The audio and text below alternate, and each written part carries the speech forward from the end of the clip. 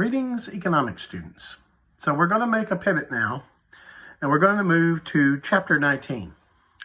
And this is where we're introduced to macroeconomics. Everything we've been focusing on till this point in the year has been microeconomics, small economics, the economics of the firm, of the family, companies and families. But now we're going to look at nations. That's why it's macro, big economics.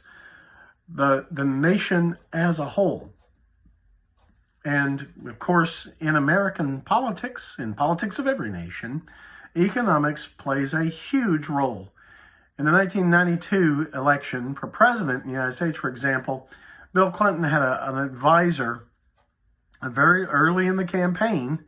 This advisor went into one of the meetings of their top campaign people, and he wrote on the whiteboard, "It's the economy, stupid."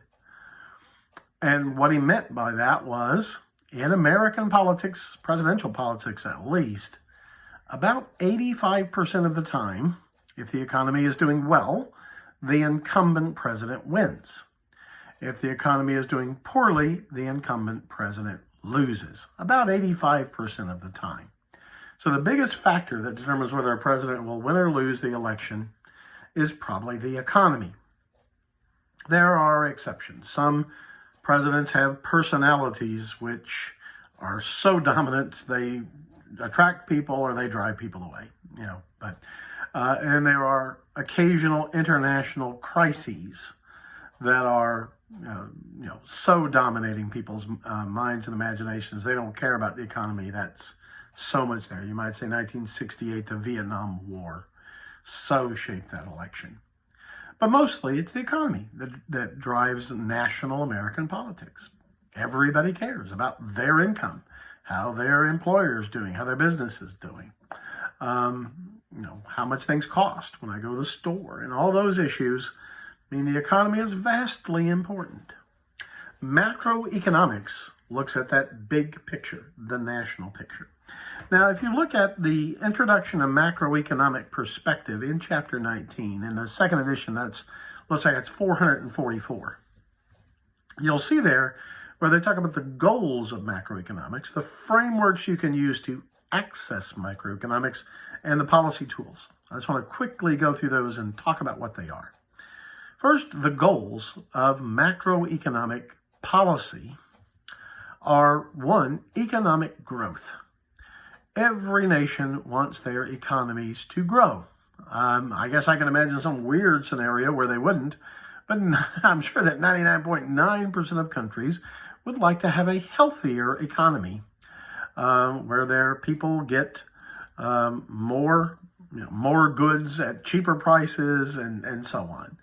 So growing the economy is always a policy goal of politicians in Washington, 100% of the time. Whoa, for some reason my tablet is behaving very peculiarly. It keeps wanting to turn off for unknown reasons. So hopefully I'll be able to continue this lecture with no interruption. In any event, let's see, I get that back. Beyond economic growth, one thing that economists at the national level are always looking for is low unemployment. When people are out of work, that is very bad, right? Unemployed people can starve, wind up homeless, unless the government pays for their food and their shelter. And, unemployed people wind up being a burden for health care on others and the like. So we don't want people unemployed. Unemployed people don't have money in their pockets to buy things, so they're not driving the consumer-oriented portion of the economy, which we're going to talk about is enormous in the United States. Unemployment is bad, bad, bad for a national economy. And you may get a good lesson in this, brothers and sisters, because as you no doubt seen, if you've seen any news at all since we've been in lockdown, the unemployment rate has skyrocketed.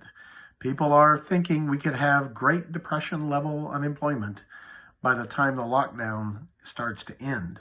And it will take a while for things to get back anywhere near where they were. The when the COVID-19 lockdown is over, people aren't instantly going to go back to their normal lives. People are going to shy away from big crowds for sure. Maybe the government policies, they're saying, restaurants may be allowed to reopen, but limit the number of people who can come in. Well, a restaurant that's built to serve 200 and can only serve 50 is not going to need as many staff members as they did before. Unemployment is going to take a while to come back after this crisis begins to abate. So you'll learn a lot about these things if you pay any attention to the news. Also, these things are talked about hugely in every presidential election. Hugely in every presidential election. So as we move towards November, it's now clear that Joe Biden's going to be the Democratic nominee, barring some totally unexpected turn of events. And Donald Trump is obviously going to be the Republican nominee. They're going to be at each other on economic issues. So pay attention to this section. It's going to be important for understanding the election in November. So keeping unemployment low.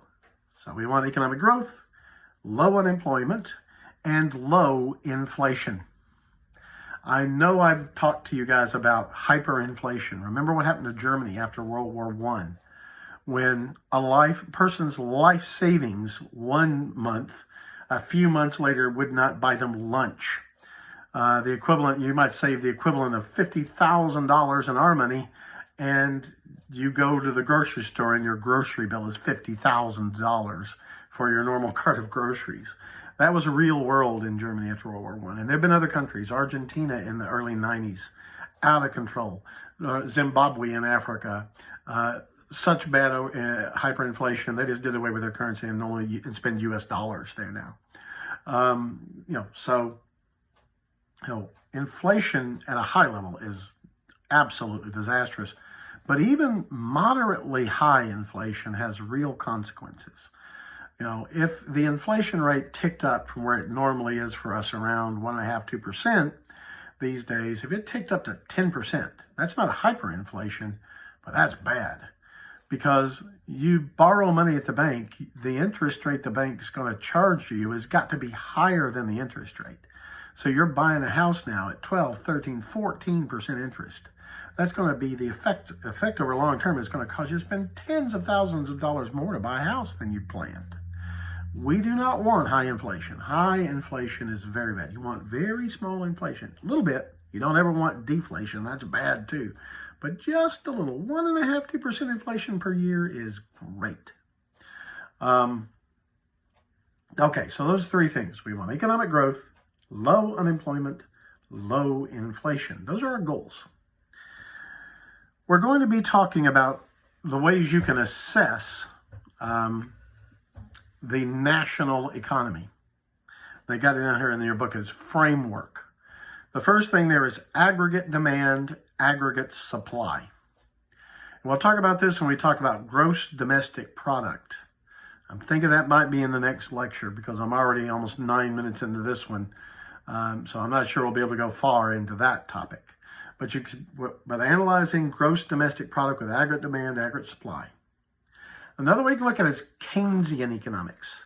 And I've mentioned this before, I'm pretty sure, in class 2. John Maynard Keynes, the great English economist, talked about government expenditures and how they can drive an economy, how they can revive a flagging economy, how they can drain an economy that was doing well by running up deficits.